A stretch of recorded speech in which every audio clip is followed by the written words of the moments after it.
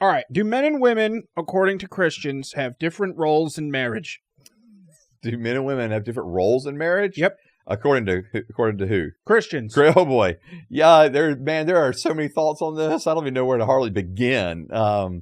I mean, because Christians. So now you didn't ask me according to Scripture. You just asked me according to Christians. So Christians have all types of different views. Okay. And so you've got the. What's the best one? All right. Which one helps me out the most? All right. So the two most common, how about that? Okay. The two most common views of roles in marriage. One is referred to as complementarian. Where you give each other compliments all the time?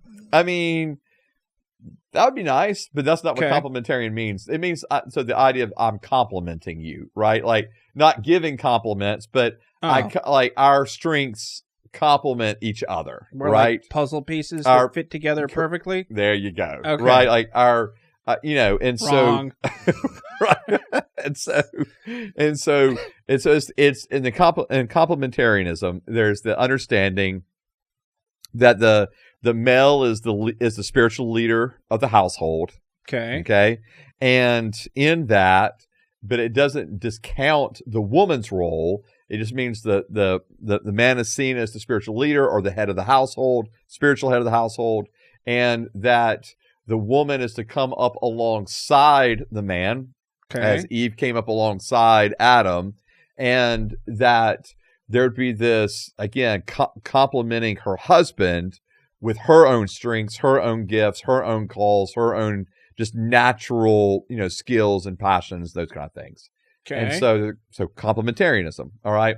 Now within complementarianism, there's a lot of different views within complementarianism. All right. All right. So you have like the extreme Flowchart time. Yeah, exactly. So you have like the extreme version of complementarianism, which would be like the man is the head of the household, woman submits, don't speak unless I ask you to. Okay.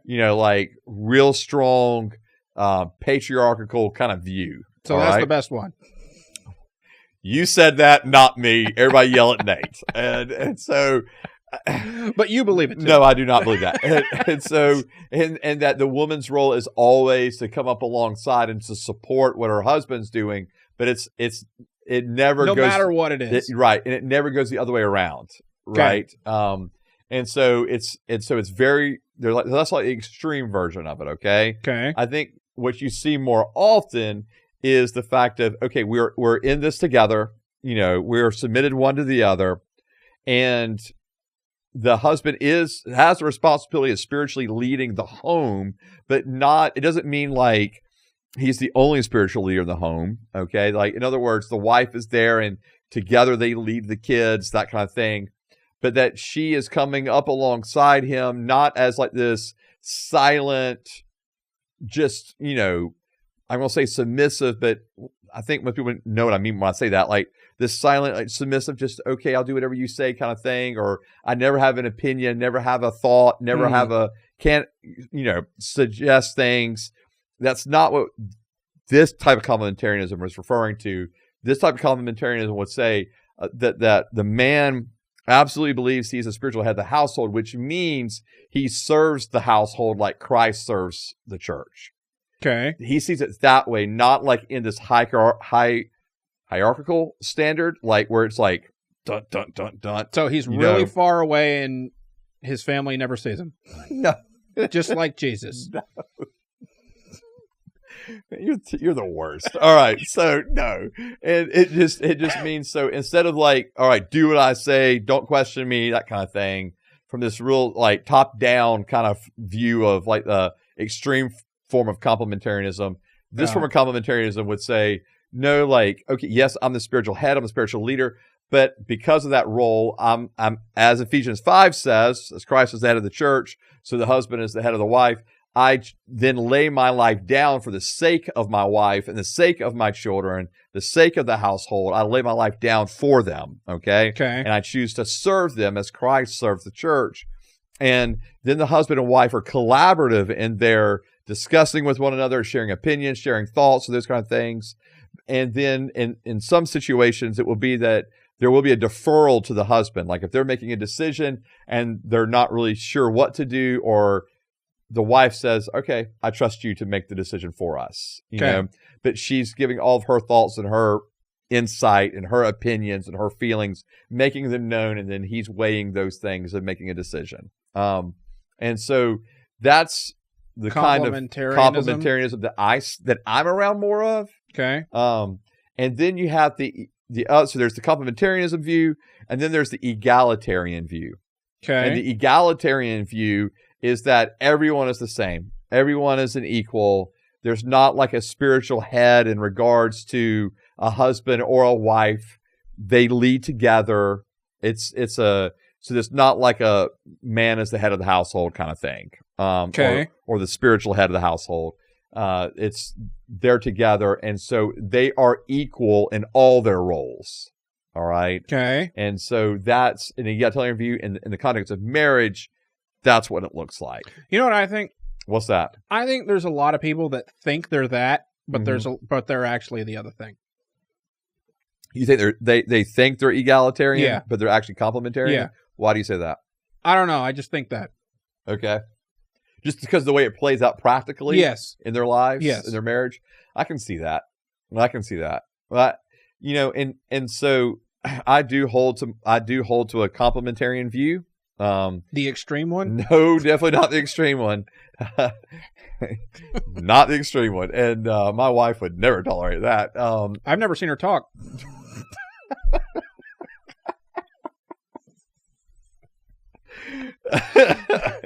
Well, she's actually teaching on a Sunday night coming up here in about a month. That's not okay. That is definitely not okay if you're the extreme complementarian, right? Or the women can never preach in church people. Yeah. And so, yeah, and and that's in that complementarian world as well. Okay. So the complementarian world usually would say... That's double not okay. Yeah, right. Right. And so usually in the complementarian world, again, you've got the different places of views of, okay, well, there's woman can never teach or preach, right? And then you got others of, well, she can teach as long as it's just to kids or other women, but that's it. Like she can never teach a man. And then you've got another view of, well, she can teach, but we just don't ordain them, or we don't recognize them as a pastor or an elder. Anyway, the egalitarian thing is impossible. You can never be equal all the time. Yeah. So, well, yeah, and I think and this is the thing for me. Someone ultimately has to make a decision. Agreed.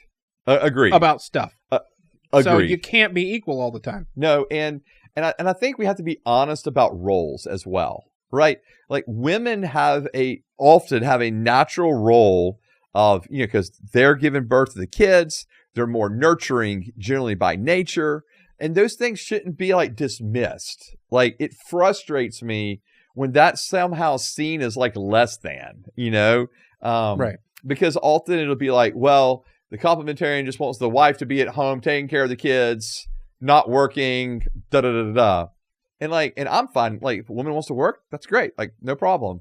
But I do think we have to be honest about roles in the sense of, I think we're all equal in terms of value? Yes. But do I think we're all equal in terms of roles? No.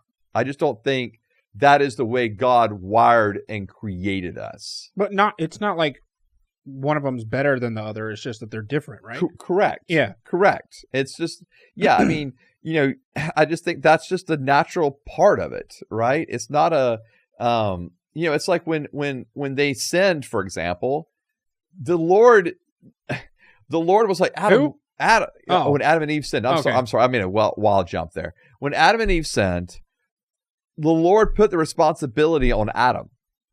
Like, Adam, right? Why did you allow this to happen? Like, what's up with this? And we see that confirmed later on in like Romans, for example, when it says that sin came to all people through one man, Adam, right? Adam bore the responsibility of that. And that's a role. Like he had a role to be the spiritual lead and guide his family and his wife. And he failed in that role in the garden. And so it just, Adam and Eve were completely equal, but Adam bore the responsibility for that thing, And so I think we have to be honest about the fact that there are responsibilities and roles that differ even when we're all equal in value, So Okay. yeah. So I've believe me, I've got a lot of friends that are egalitarian, that are complementarian, so I know I've been in churches that are egalitarian or complementarian, and I think there's definitely pros and cons of all of it. But for me, scripturally, a form of complementarianism that does say, hey, Scripture seems to be fairly clear here in 1 Corinthians. In 1 Corinthians 11, verse 3, but I want you to know that Christ is the head of every man, and the man is the head of the woman, and God is the head of Christ. And so there is like, hey, Christ and man and woman, right? There's like headship there, but it's the way that we understand headship. And I think what's happened historically through the church is headship has been abused. It's been that top-down in marriages, and in the church. But we're talking about marriage, so we'll stay within marriage. In marriages, it's been like this top-down view. Men take the authority. Woman, you submit, right? And it's very do what I say kind of thing. It can be driven that way, okay? And that's unhealthy. That's not Christ-like. That's not being the head of your wife as Christ was the head of the church. So I think that there's just a reality that in marriage, there is this man as the head of the woman. But again, when we hear that often today in our society, through our ears, through our lens, we think of that and see that as this somehow unhealthy, abusive relationship between the husband toward the wife. And that's not what I mean at all. I'm the head of the woman as Christ is the head of the church. Therefore, I want to love my wife in the way that Christ loved the church, Okay. And so that's what I mean by it. And I do think there's a spiritual authority and leadership there, but it's to be lovingly stewarded and lovingly expressed. So. It's it just feels like like you're dancing around the line. Like, yeah, men, you're the head of the thing, but also you're not really, but also you are. No, we are. Like, we have to make decisions for our family, right? Okay. Like, collectively. What I mean is, but what I'm saying is for the woman, she's able to give.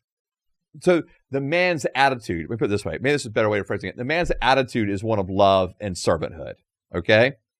Okay, not of authoritarian dictatorship. Correct. The attitude is that. Okay. But like you said, sometimes like a decision has to be made, right? Right. Like we're buying a house recently, and we made this discussion. We talked about it, and at the end of it, my wife just looked at me and said, "Do what you think is best. I trust you." Okay. And so I mean, so I think that you have those moments and have those times. We've done that with jobs, but we've done that with, things we've done with the kids, we discuss, all that kind of stuff.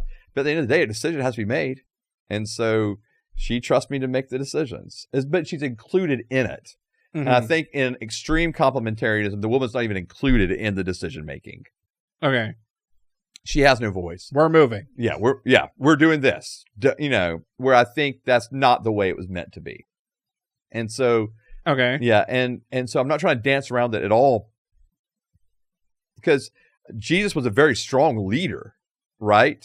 And so we lead our families with strength, like we lead our families to Christ. We lead our families. We have to do that. And I think we're called to do that as men and as husbands, to lead our families. But then we're also doing it with this love and this grace, toward our wives and toward our children.